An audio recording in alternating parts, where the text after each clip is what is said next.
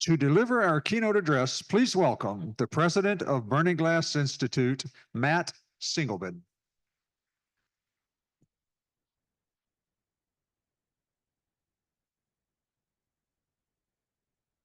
Thank you so much. I'm grateful to be here and inspired by the work of Tennessee Score. It's so unusual to be in a room full of people who understand that economic development, workforce development, and education are inextricably linked. Who understand that opportunity isn't just something that happens at the end of high school, isn't just about who goes on to college, isn't just about how people launch, but is about how people continue to rise all the way through their careers. That's an especially important idea today because we are in a crisis of economic mobility.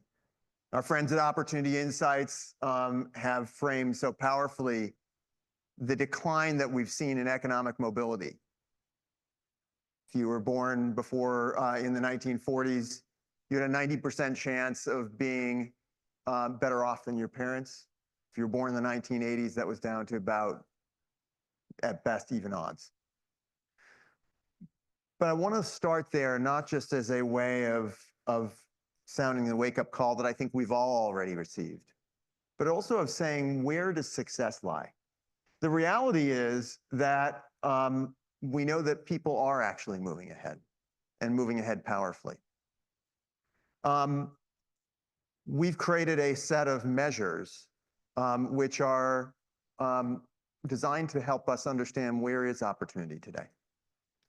And that is why we've been working to be able to try to understand, how do people move up? How do we measure how people move up? One of the things that we've done is we've done that in the world of education. We've done that by trying to understand the steps by which people move, the steps by which people advance. To be able to look at, in places like North Carolina and Florida and Texas, to be able to say, where are people today? Not just how much are they earning, but how many people have advanced to leadership? How many people are working in entrepreneurship? And to be able to likewise understand the impact that companies have on mobility. We know that just as where you go to school matters, where you work matters. And it matters very much. We've recently tracked the careers of millions of Americans to understand who moves up. And one of the things that we found is that your employer plays a very big part in your success. And we found, importantly, that we had to be able to do that by measuring that success in a bunch of different ways. Not just how do you advance, not just how much more money do you make, but who gets in the door, who moves beyond the door, and so forth. We say these things matter. I want to put it in this perspective. You can have two people who are working in the exact same job at completely different firms who are working the same job at directly competing firms who have entirely different prospects of moving up. And here's by how much. If you have two people working in that same job, one of the things that you'll find is that they have, the one who's working at the company that's at the top of that list is making almost, often cases, almost 3 times more than the other. Take, for example, an administrative assistant working at a top firm is making $82,000 a year versus $34,000 at a bottom firm, same job. We know they're about 2.5 times more likely to get promoted, significantly more likely to get in the door at all. And so you have to be able to measure, as we think about mobility, how likely are people to get on the ladder, how likely are people to be able to move up the ladder, and how likely are people to be able to move beyond and achieve great success. So I want to put that in a context here of how students succeed. talking about how people advance in the work, but we also need to understand how people start. We're at a point right now where increasingly people are questioning the value of a degree.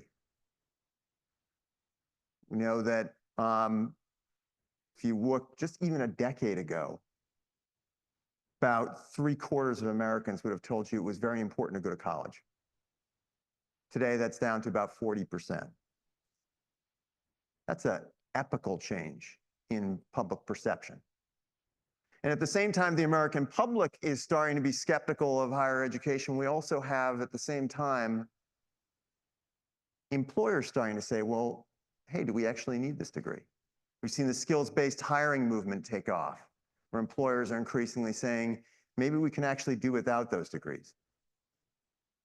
Well, what we've seen, first of all, is that the degree is still valuable. We've actually seen that as much as employers are talking about removing degrees, we're finding that skills-based hiring hasn't actually taken off. We've seen that it hasn't advanced. In fact, of every job, of all the jobs across the market, of all the jobs that have removed college degrees, only about 1 in 700 incremental workers are getting hired into jobs that previously required a degree. 1 in 700. So what this says is that opportunity is still something that requires the kinds of capabilities, the kinds of degrees. We've seen that degrees give people the ability to continue moving throughout their careers and to advance, and to continue to be able to reinvent themselves over time. That's very important, but it's not the end of the story. We tend to hear a lot about how valuable degrees are, and it's right. But the problem is not whether degrees are valuable on average.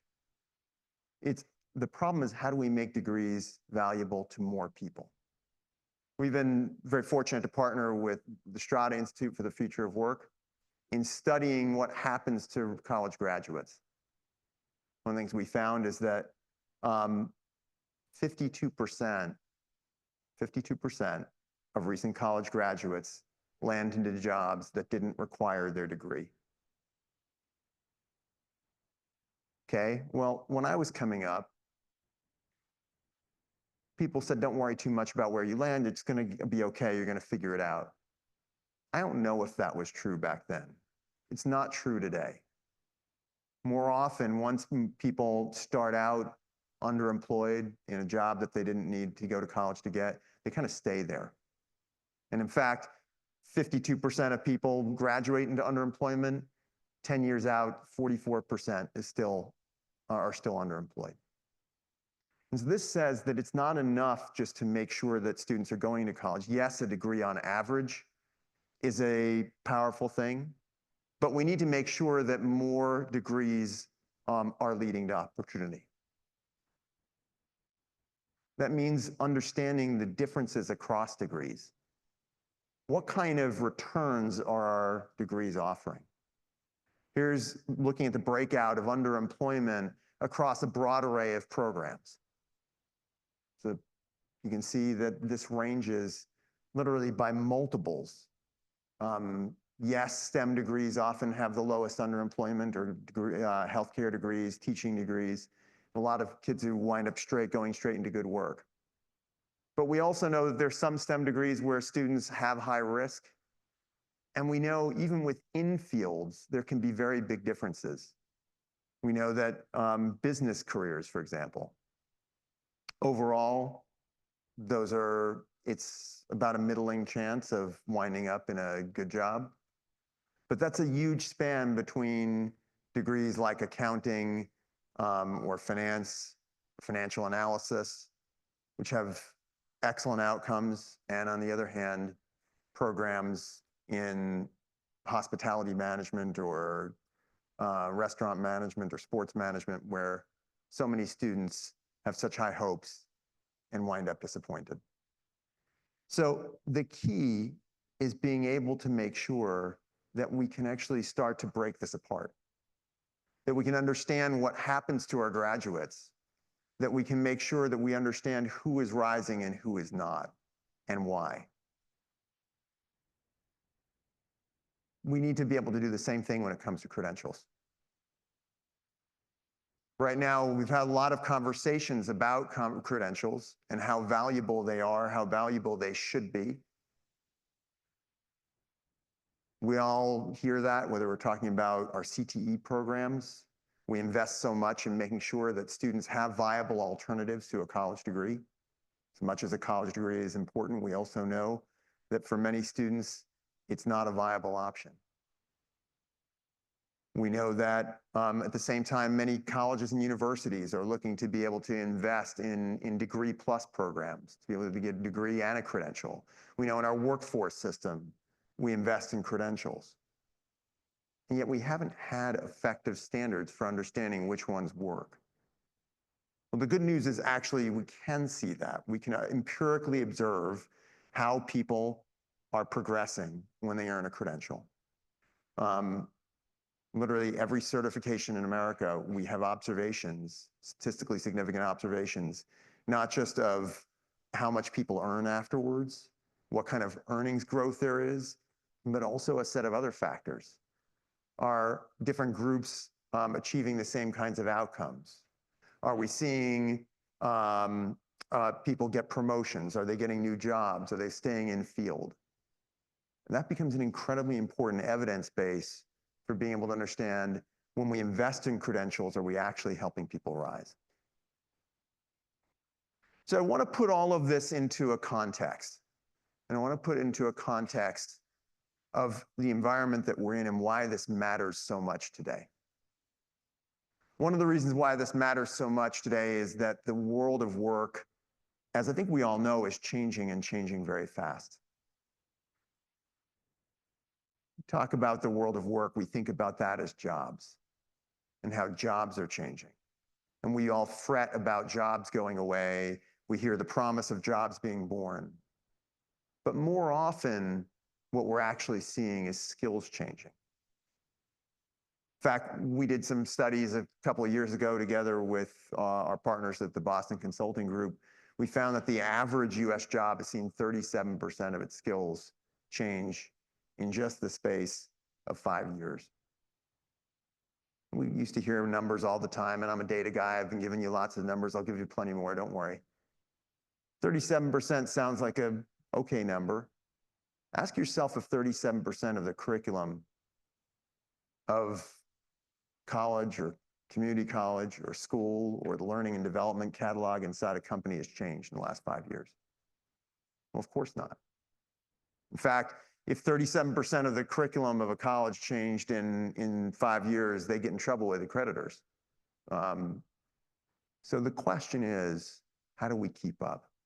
And with what are we going to keep up?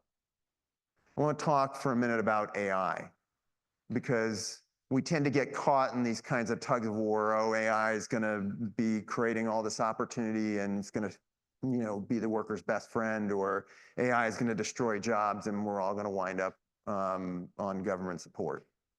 The reality is neither, or both.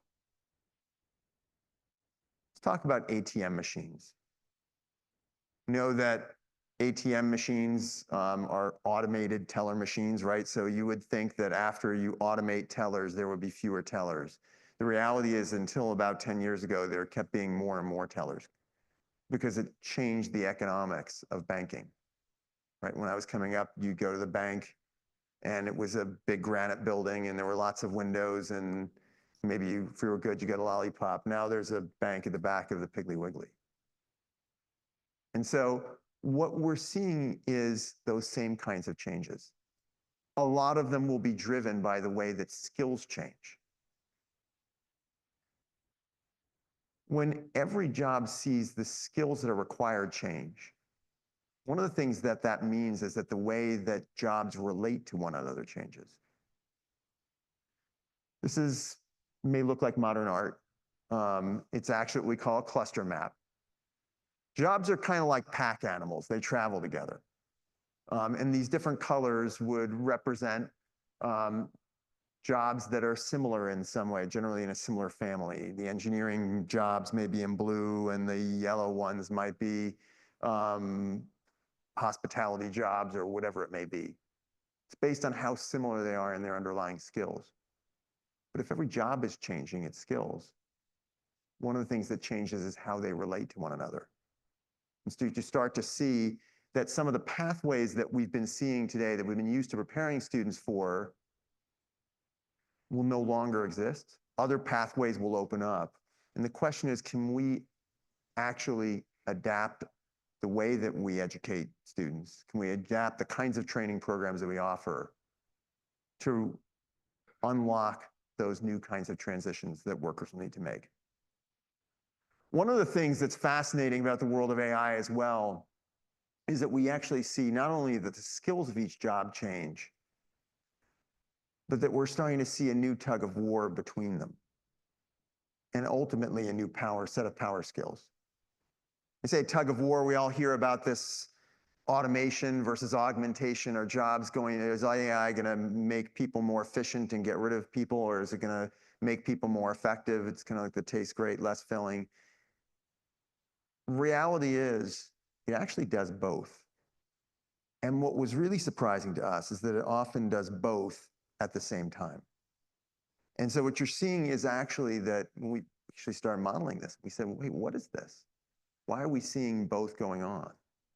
And what we realized is that some skills make you both more efficient and more effective. And those will be a new power skills, and we know what they are. We need to make sure that every student has them. Talk a lot about AI and new technology skills.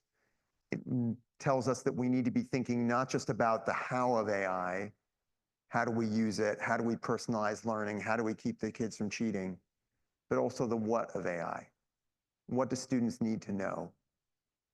It also reminds us that the core bedrock of our schools, the core foundations of our education system, remain incredibly valuable and increasingly so. But we have to realize that what's foundational to 21st century work isn't just the core communication skills and reasoning skills, but it's actually a broader mix. If you look at what are the skills that are in common across the jobs that are most valuable in the 21st century, you're talking about a set as well of data skills, of digital skills, even of business skills. It's weird to say that there's a common set of business skills that almost every kid needs to know, but think about something like project management. You're going to need to know it whether you're going into tech, whether you're going into construction, whether you're a nurse who increasingly has to coordinate care across lots of different providers. In the same way, by the way, we hear often about data skills and, gee, do we really actually need data analytic skills in a world of generative AI where I can ask any question, or do I need to know how to code? Isn't generative AI going to do it for us? And actually, those skills become not less valuable, but more. It's kind of a little weird. It's true that generative AI helps you do those things, but I would use the analogy of Microsoft Excel. Before Microsoft Excel, most of the kind of analysis that we do, the way that most of us use data, you couldn't do. You got to have specialists, and you'd send things out to them. Tried creating a cash flow model without having Microsoft Excel. What Excel did for all of us, I'm not paid for by Microsoft, don't worry.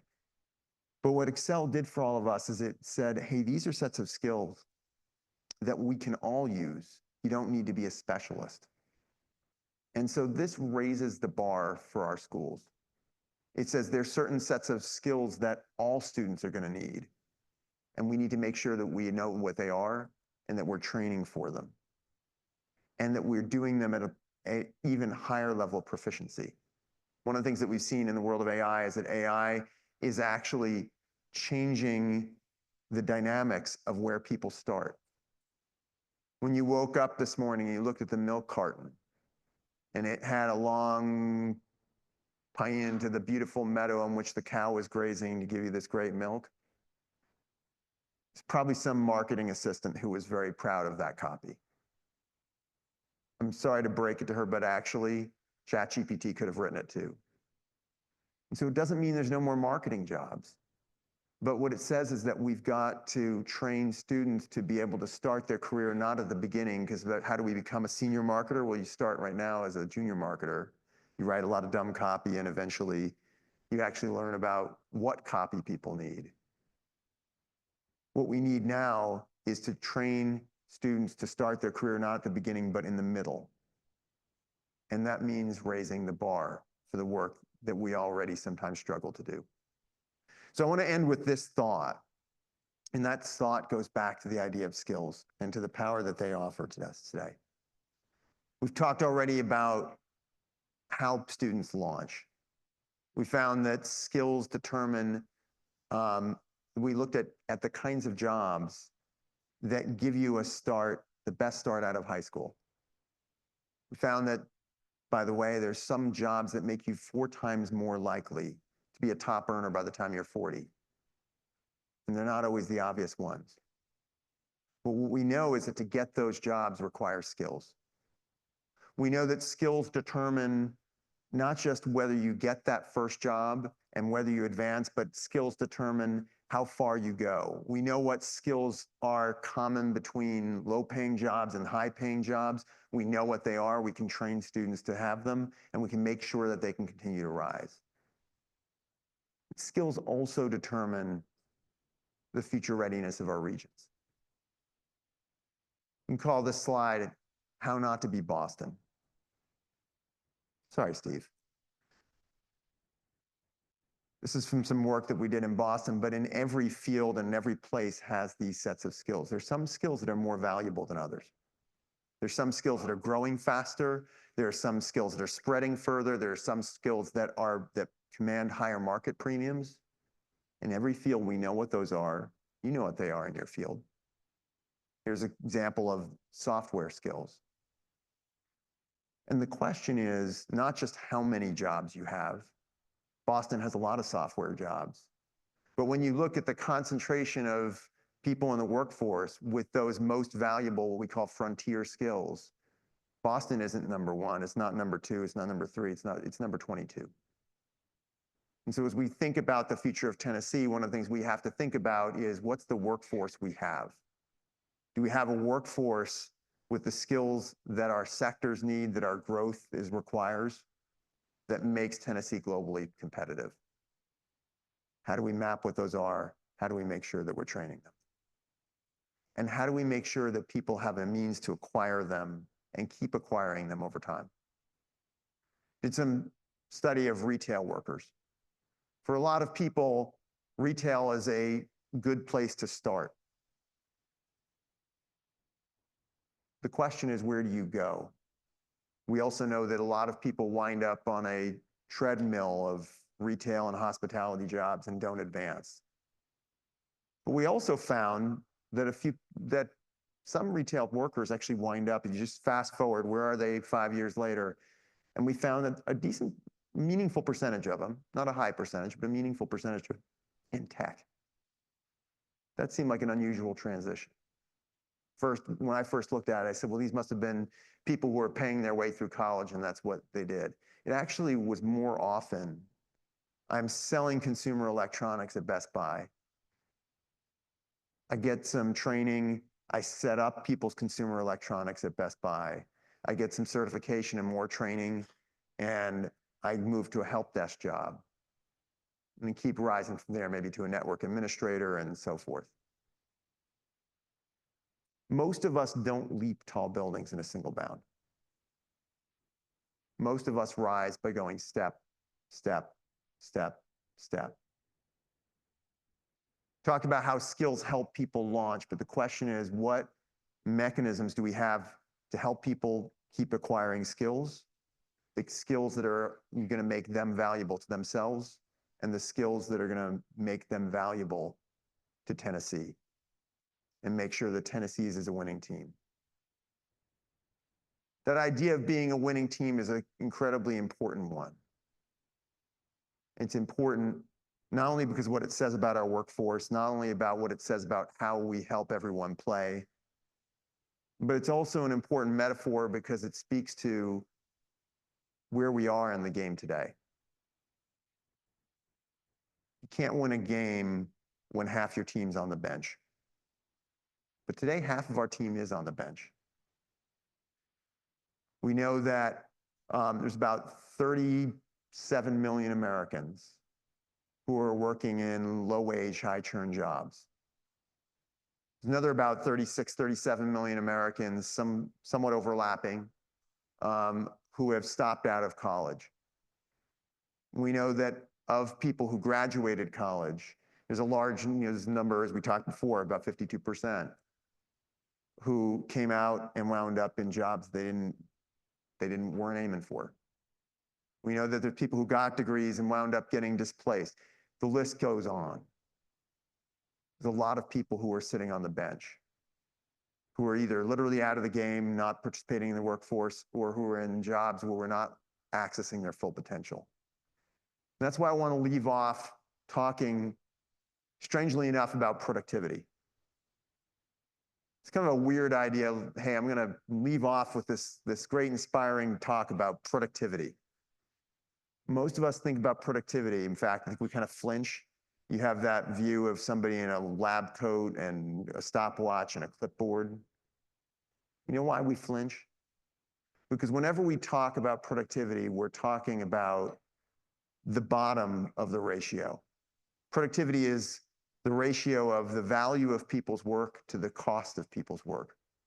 And we always wind up talking about the cost. We're always thinking about how do we use less labor, how do we use cheaper labor, how do we use machines instead of labor. We're almost never talking about the top of that ratio, which is how to make people's work worth more. When we invest in skills, when we invest in making people have a good launch, in making sure that people make good transitions all through their careers, we're helping people become more valuable to themselves and to this wonderful state. I'm looking forward to our discussion now.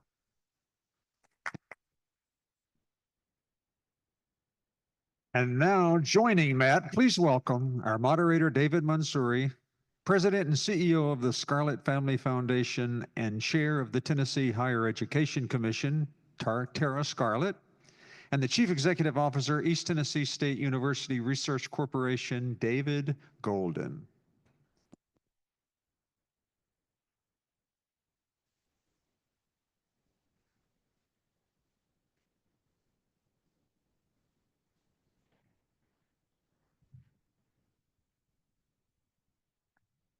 Okay, so this is our final conversation of the day today.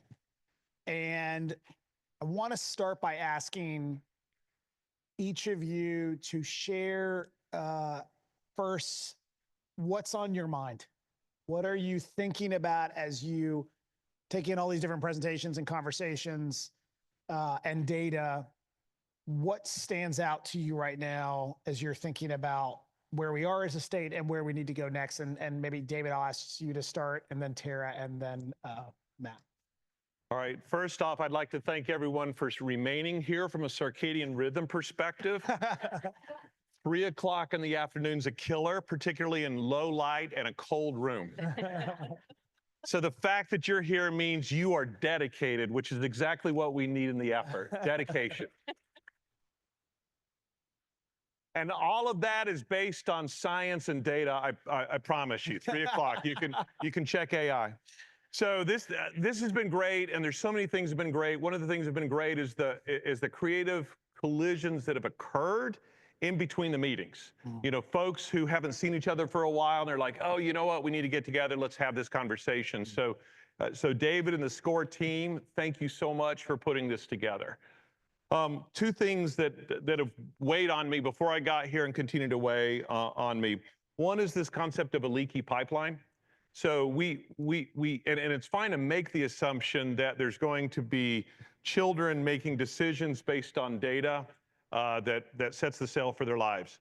But a lot of those children never get to the decision point in a competent way, because a lot of them lose their way on the path before. And we can drill into that if you want to drill into that. The second, and to me related thing, is This is about current and future workforce. And the screaming market signal right now is so loud on current workforce. We hear this. I'm on boards in a couple different sectors. No one can get enough. No one can get enough pipeline. We've heard about healthcare. We've got one of these Bloomberg schools in Northeast Tennessee. Fallon Levine were here. He'd be saying we can't get enough nurses, right? President Nolan, Provost McCorkle, and wonderful staff work as hard as they can to churn out nurses. We can't get enough. IT's that way. I'm on the Marine Technology Society board. The blue economy can't find enough. Biotech can't get enough. Music, we can't get enough. Yep. That's today. What about the jobs in the sectors that don't exist yet? Workforce development for that's hard. I mean, really hard. And we can drill into that. And the through line and the leaky pipeline has to do with it, because if kids today don't know that path, because I'll tell you the path they're on. I have friends like you who are educators. If you survey a third grader today about what they think their career path is, it's YouTuber or influencer. I'm dead serious. And I didn't see YouTuber and influencer anywhere on any of these charts. Not enough, that there's demand for that, enough pipeline, and most YouTubers or influencers make less than what Uber drivers make. So that is not a good path. And that's what a lot of them are on today. So I would throw that in leaky pipeline, and just the challenge of the workforce we're not talking about as much. Great. Other than that, we're good. Tara, what's on your mind? I have a third grader who literally said yesterday he wanted to be a YouTuber, and I was like, no, that's not going to happen. That's a good mom right there. Let's work on your Lego skills for a while. I have to double down on this leaky pipeline concept, because I do think there's a lot of times, moments in a student's life from a very early age, even through to adulthood, where there's no connection. And I think as you think about things from a student perspective, that lack of connection is concerning. There's a natural drop-off between 8th and 9th grade, a natural drop-off after you graduate from high school. And once you go on to any sort of post-secondary, is a natural drop-off after that, which is certainly evidenced by the data Matt just shared with us, right? And I think that's a really important piece. On the systemic side, the lack of connections among all the assets I just mentioned. So whether that's K-12, post-secondary, career, I think there's a huge opportunity for us to make those connections a better opportunity. Another piece too in that is I don't think there's one direction. I think we all recognize that. There's multiple on and off ramps, there's multiple ways. And so this next generation for my third grader or my fifth grader, I don't expect they're going to go the same pathway that I took, or many of us in here took. I expect that when they graduate from high school, it's going to be a different route. And if companies really need different types of skills, you mentioned the frontier skills, that really needs to be brought down into the younger years. And then being able to think about that stackability of credentials to allow them to step into all sorts of jobs that exist. And I'll add one more thing. The concept of being able to help students of any age see themselves in a place. So see themselves in a post-secondary institution, see themselves in a job, whatever that might be, I think becomes really important for us to think about too. Okay, Matt, you shared data and your prepared slides. What's not prepared that has struck you today as you've been listening to all the conversations and discussions? So two thoughts. The first is this. The average American will have 12 transitions over the course of their life, 12 career transitions. Each of those, so we tend to focus a lot on this transition into work. Well, I'd say probably not enough. But when we think about what does it mean to affect good careers, we say, okay, well, did they place into a job? Never mind what kind of job. Never mind where did they go as to their next job. But each of those transitions along somebody's life path is an opportunity for somebody to either move up or stay in place and get stuck. And so the question is, how do we make sure not only that we've got the right programs in place that make sure that everyone is launching well, But how do we also make sure that people keep moving, keep advancing, keep rising? How do we make sure that just because you've had a bad first half doesn't mean that you have to have a bad second half? The other thing I was thinking about today in these very rich conversations is this. Say that the biggest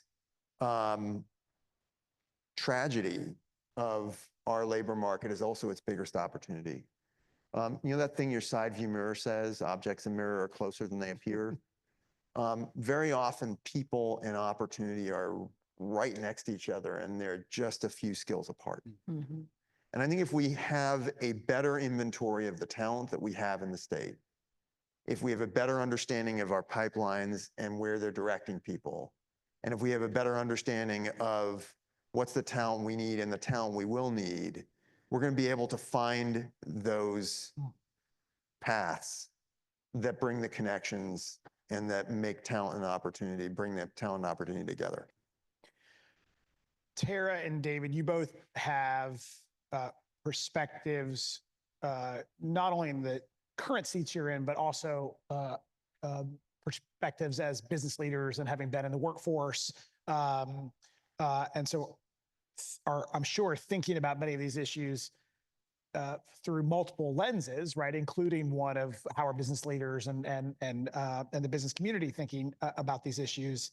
And I'm curious, you know, Matt showed some insights and remarks specifically around underemployment and the importance of skills and maybe in some places maybe not the importance of skills, right? Like sort of a course correction in some of that conversation. And I'd be curious from both of you how you're responding to that data and that information around specifically around underemployment and around how we think about skills in this conversation. I don't know, Tara or David. You know, I was one of those people that was underemployed when I graduated from college. And so listening and looking at that data, it was just very evident there's such a huge opportunity to make a connection between education and industry. And I think that's another disconnect, right? And I tend to think about this backwards. So what does industry need now? What do they need tomorrow?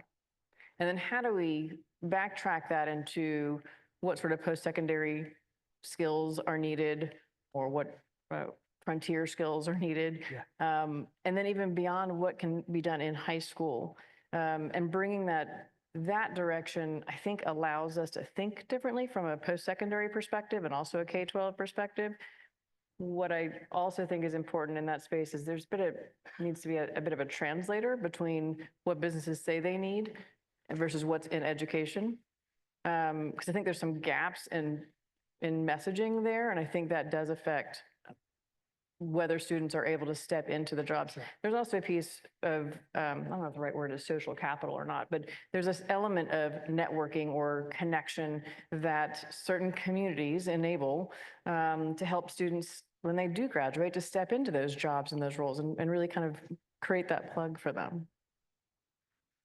Yeah, to build on that, one of the things that strikes me is sometimes we choose to intervene when it's right in front of us and those children are close to adulthood, when I think neurologists and developmental psychologists would say those neural pathways were built many, many years prior.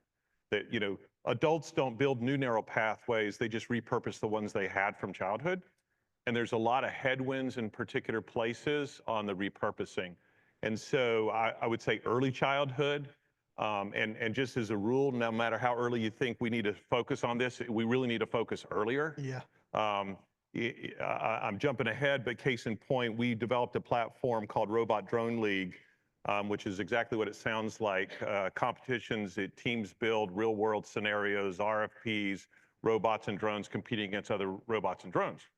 And we learned pretty quickly that we needed a Robot Drone League Junior, RDL Junior, and get that in first, second, and third grade if we wanted a pipeline. So kind of attack those neural pathways early. And then the second piece, we've heard it earlier, and I'll just reiterate, rural it can be different. To Tara's point on those networks don't form as easily. You don't have the creative collision density, and there's some other things, which isn't to say you can't have innovation in a rural space. You just have to do it a little differently. Yeah. And then Tara and David want to ask you to reflect on one other thing that Matt shared that I think is particularly compelling from the data. And that's the highlighting that degrees and pathways matter more than the selection of institution. I think I got that right. Matt can correct me if I didn't say that correctly. That's spot on. And I'm interested, you know, Tara wearing the many hats you wear, and David wearing the many hats you wear. What does that mean? What does that mean in terms of what we should do in Tennessee? How should we think about that insight, and how might we use that data to shape the kinds of career pathways that students are on? Yeah, that's been my experience. So one of the things I get to do at ETSU is also teach. So I have 40-something students this semester. And I tell my students, I apologize for the emotion. These kids are as good as any kid you'll see on planet Earth. My undergrad and graduate experience was at high quality private, Harvard. It was one of the places I learned some stuff. I'll take my kids every day because they have grit and determination. And yet they are acclimated because they have a particular accent of Appalachia that somehow they should look at their shoes instead of the sky. And I guarantee you put these kids in the right pathway, they will shine because give me grit every day. Tell me where I'm wrong. I mean, that's just right. Yeah. I think that grit and determination is learned at a very early age, then can be reestablished as time goes along.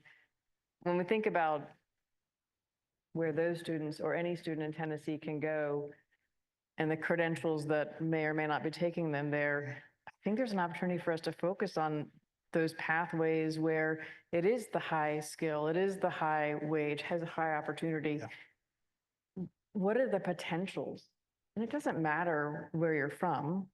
If you're able to step forward and learn some of the basics, is there an opportunity then to step into the jobs? But I think that I go back to the connections, making sure that we're connecting with industry and with the degrees so that there is a solid pathway. Yeah. It strikes me that that would be beneficial for all. Yeah. Matt, I want to turn back to you. You talked a little bit about AI and the impact of AI in the workforce, and we're sort of obsessed with that topic at SCORE right now. And I know there are probably a lot of folks in this room who are thinking about that. And I want to go a little bit deeper and ask you to share more about how trends like Gen AI, skills-based hire, how are these things shaping or reshaping the workforce? What are you seeing? What does that mean needs to be happening in the education system? And I think this is a key question. We actually haven't talked much about this today, but that we're thinking about at SCORE, even in the K-12 education system, is what do we need to be doing to make sure students are ready for skills or prepared with skills that may not have even been skills we needed 12 months ago because of how fast AI is impacting the workforce. So would love for you to just sort of reflect on those. So a couple of thoughts here. First, I asked the question before of how do we start to get more focus on not just the how of AI, how to use it, but the what of AI. What should students be learning? Imagine you were at the dawn of the computer age or the dawn of the internet age, and you were saying, okay, wait a second, should our kids just be learning the same things they've always been learning? We know that it's not just a question of learning computer skills. When you think about what you would have wanted a kid to learn, what we would have wanted to change in a curriculum back at the dawn of the computer era, we would have not just said, okay, well, great, let's make sure they know how to code. That would have been a good start. But we would have said, hey, there's all these other ways in which everything's going to change. What is that everything? And where are the places where kids are going to need new skills? Again, not just because they need to know how to use AI, but because when you see emerging technologies get used inside a job, it changes everything else. We've seen that already in a lot of other jobs. If you take a actuary who does computational math all day, and you ask the actuary to, to use machine learning instead of doing the computation, everything else in their job changes. Whole rest of the definition of that job changes. We're going to see more and more of that. We can anticipate some of those changes, not all. So that's the first thing. The second is about how we make sure that students have a good frame. And that's to recognize, that's why I sort of call out the importance of those foundational skills. We're always playing catch up when it comes to how we educate our kids.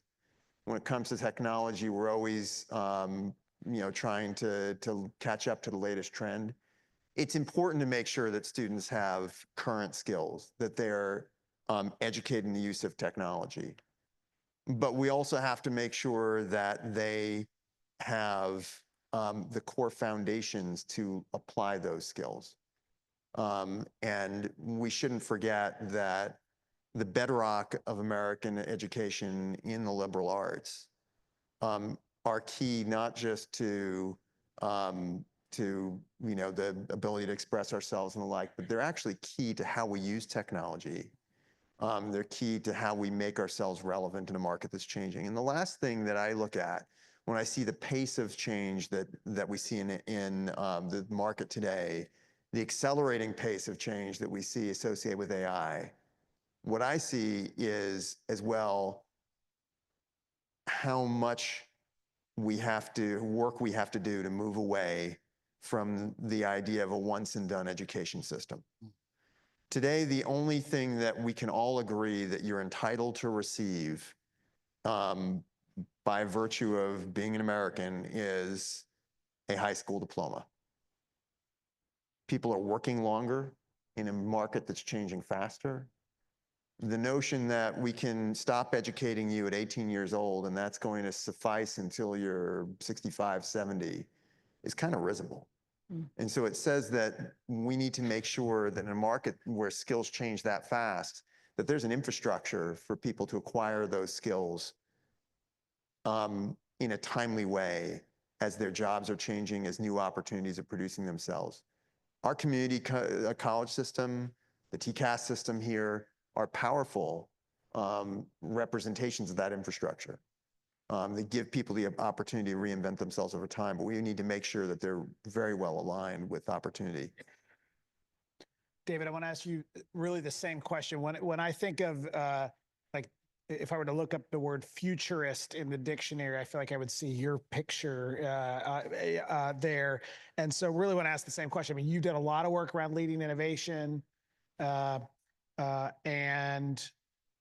would love for you to share what lessons you feel like we can draw from your experiences in adapting to emerging trends and apply that experience to education, right? I mean, some of the trends that we just talked about, what should we be thinking about? Yeah, so a couple of trends. One, we have this mantra, our unofficial mantra on innovation is innovate or die, partner to innovate. So every economic system in the world right now that is flourishing, we'll pick on Singapore for a second, they're very, very innovative. The COVID virus that is chasing us the hardest right now, most successfully, is the most innovative one.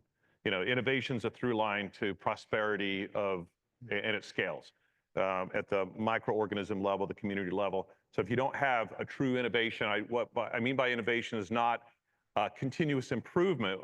As important as that is, it's leaps. All right, so that's kind of I didn't invent that rule. There's just tons of data that's true. Look at the history of Portugal.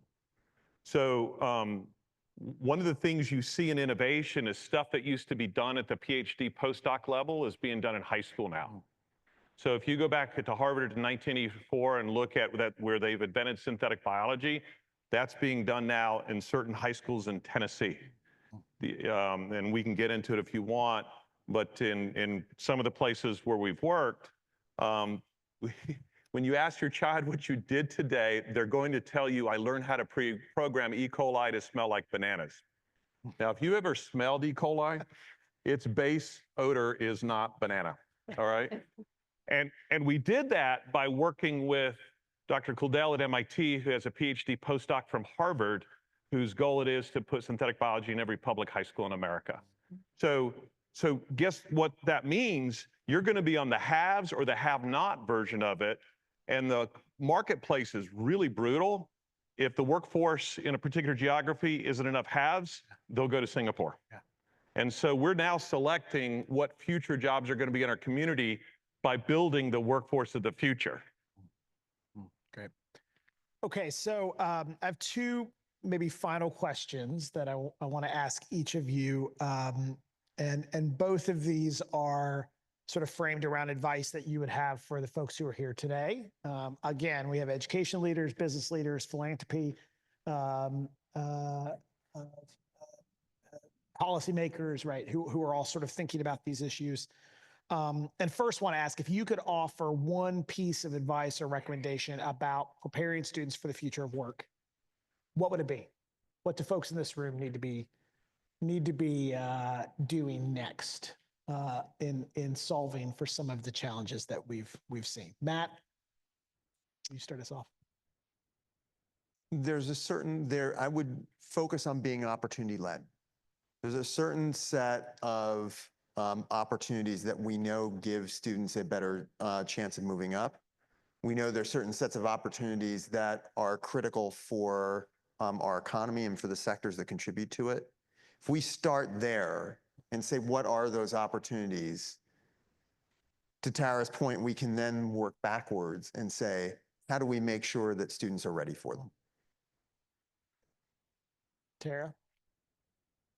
I guess there's two things. I think listening to you talk about AI and you talk about innovation, I feel like if Tennessee is going to set ourselves up for best success in the coming years, knowing how fast industry is changing, our level of innovation needs to just leapfrog everything that we're doing right now. In order to do that, I think there's a need to truly think differently the way we're educating our students at every single level. Yeah. Could not agree more. Don't want to repeat. I'll say ditto to that. You know, there's this notion in quantum physics that an electron can be in superposition, both positive and negative, and it remains in both until it's observed. And once it's observed, it collapses. It's a waveform collapse. And there's a powerful message there. Our children are in superposition until they observe the future, and then there's a waveform collapse. And so we've got, we need to be earlier in this to help them understand the future, not the way we adults communicate. If you want to market workforce development to a child, do not say workforce development. They don't like work. And they kind of don't like development. So, and I'm being deadly serious, we need to market in a way that children will buy, not in the way adults will sell. And I'll give you a great example. There are a lot of coffee drinkers in Japan today. I go there a lot, live there, all that. A lot of coffee drinkers. Do you know how they got so many coffee drinkers in Japan today? They made coffee-flavored candy and sold it to children. And these children grew up liking the taste of coffee. If you want children that want to get stackable credentials, make little mini credentials and give it to them as first and second graders. I was talking to a child 7 years ago. She had just done her first competition in Robot Drone League.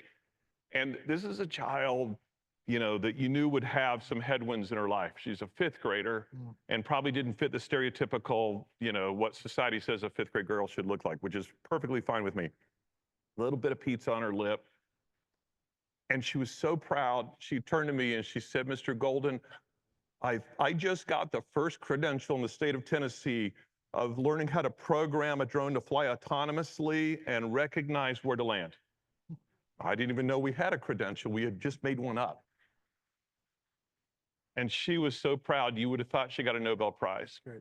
Yeah. You know, teach children what you want them to do as adults. Yeah. Okay. And then my last question is even more tactical. And you each have really critical seats you play, or seats you sit in, and roles you play in our state. And Matt, you have a perspective nationally that can inspire us to action. And so in light of all the conversations we've had about the labor market, about skills-based hiring, about the way the workforce is changing, what next step does Tennessee need to take? What policy levers should we pull? What funding priorities should be next? What should be our next priority in solving for ensuring that students are prepared for the future? And Matt, I'll ask you to start, Tara, and then David to end our conversation. So we always love to dissect failure, but I would recommend that instead we figure out how to replicate success. We can try to prognosticate all day long about what the future is going to look like, but we know that some students are succeeding. We need to start out by being able to measure success, not just success in the classroom, but what happens after the classroom. And then we need to be able to say what was different about where we achieved that, where students achieved that, and figure out how to work our way to making sure that more students can succeed. Tara, what specific lever? What are you going to talk about at the next THEC Commission meeting related to this conversation? We're talking about vision of the next TX. Yeah, okay, great. I think that specifically as it ties to THEC, I think one of the two largest levers that exists is to follow where the funding goes. Think about what the strategy is, what the vision is for the state. Follow the funding. The funding should align to that vision. And measuring what works and what doesn't work. Yeah. I think to your point, there's a lot of great things happening. There's a lot of things that probably shouldn't be happening anymore. And so how can anyone be able to focus on that information and tell the stories and be able to replicate success? Great. So I would echo and give a case study. We know what works, replicate it, scale it. So synthetic biology is programming living organisms to do heavy lifts. It's got 3 applications. Materials, McKinsey says 60% of the materials we have today will have a bio route, biomanufacturing route. Pharma, that we probably know that, and ag. If 60% by 2050 will be that, we have nowhere close to the pipeline, so we need a pipeline. So if you talk to the folks at MIT that built bioengineering 21 years ago, do you know where they would say the most successful implementation at scale of synthetic biology in public education is in the history of the United States? Northeast Tennessee. Anyone have that on their bingo card? Schmidt Futures saw that, studied it. There's a Senate Committee on Biosecurity, figured that out, had Dr. Kuldell and I testify in front of that. And we did it in a rural space. We have this thing, world-class rural setting. We're doing it. I would scale that, not just because, there's lots of paths you can take with that, but here's a paper that's in pre-publication that studied this and said this. This BioBuilder Club resulted in significant improvements in students' self-perceived scientific engagement, competency, and content knowledge, regardless of gender, locale, and first-generational status. And it's fairly inexpensive today to deploy because the cost curve is shifted. This would be millions of dollars, which is why only Harvard did it. Now you can do it in a rural high school system, 17 school systems in Northeast Tennessee. That's awesome. Will you all join me in thanking these leaders for their insights today?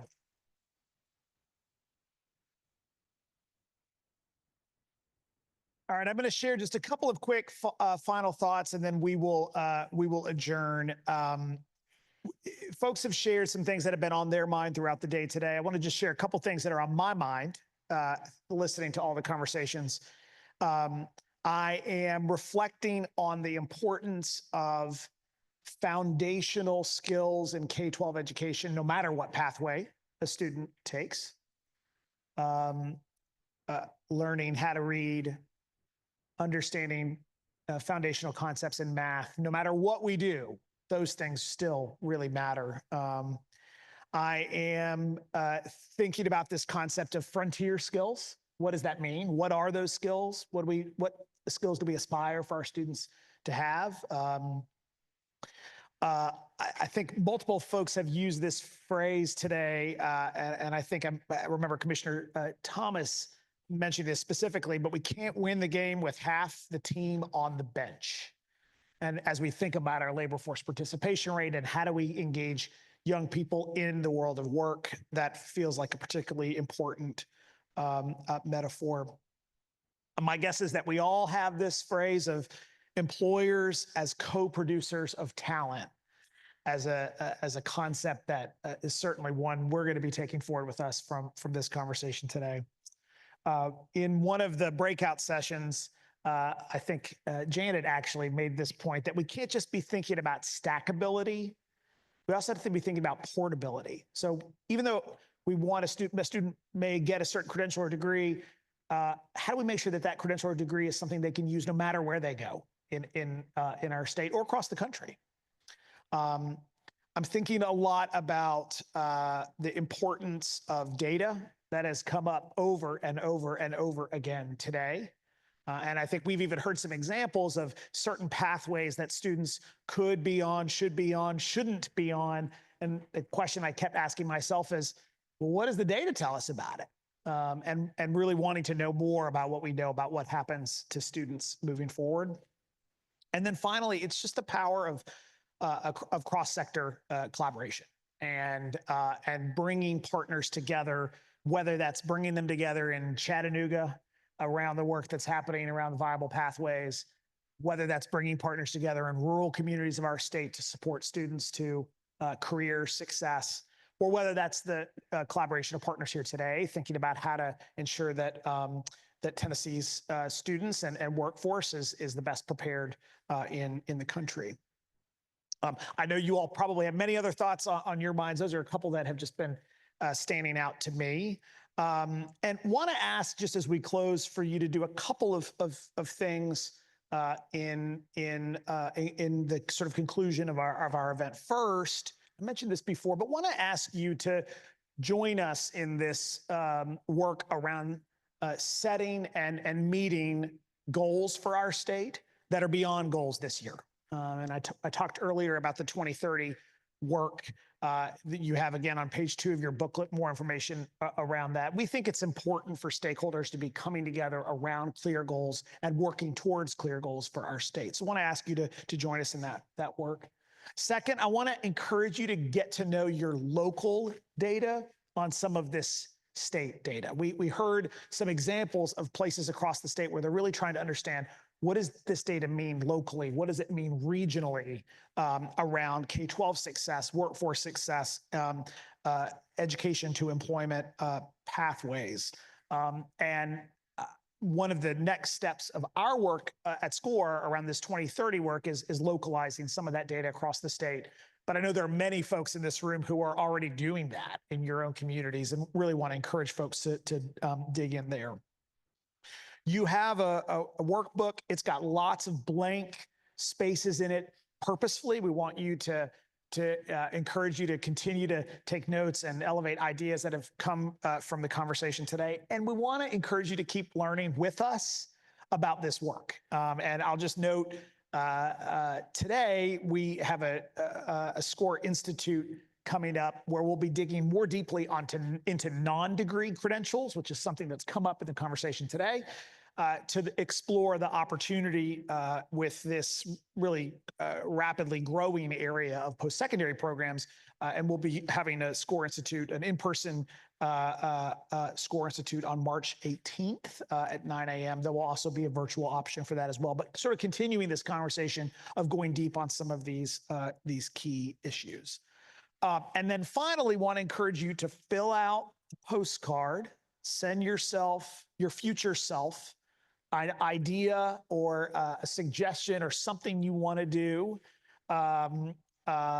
Just put your own address on there. We'll send it back to you, and you'll get that over the next week. And hopefully that will inspire continued work.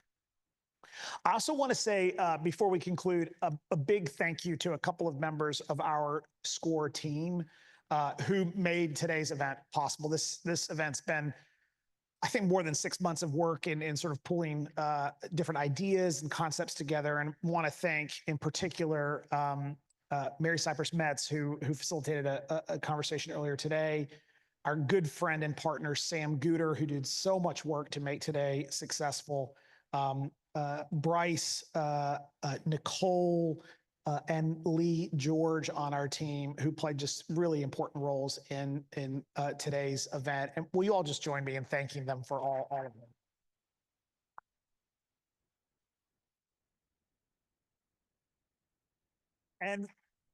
And then finally, we are an organization that takes feedback seriously.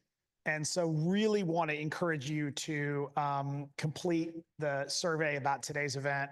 You can feel free to tell us anything that's on your mind, things you liked, things you didn't like, what you thought about the food, what you thought about the temperature of the rooms. We'd love your feedback, and we'd love your thoughts on what more you'd want to hear about.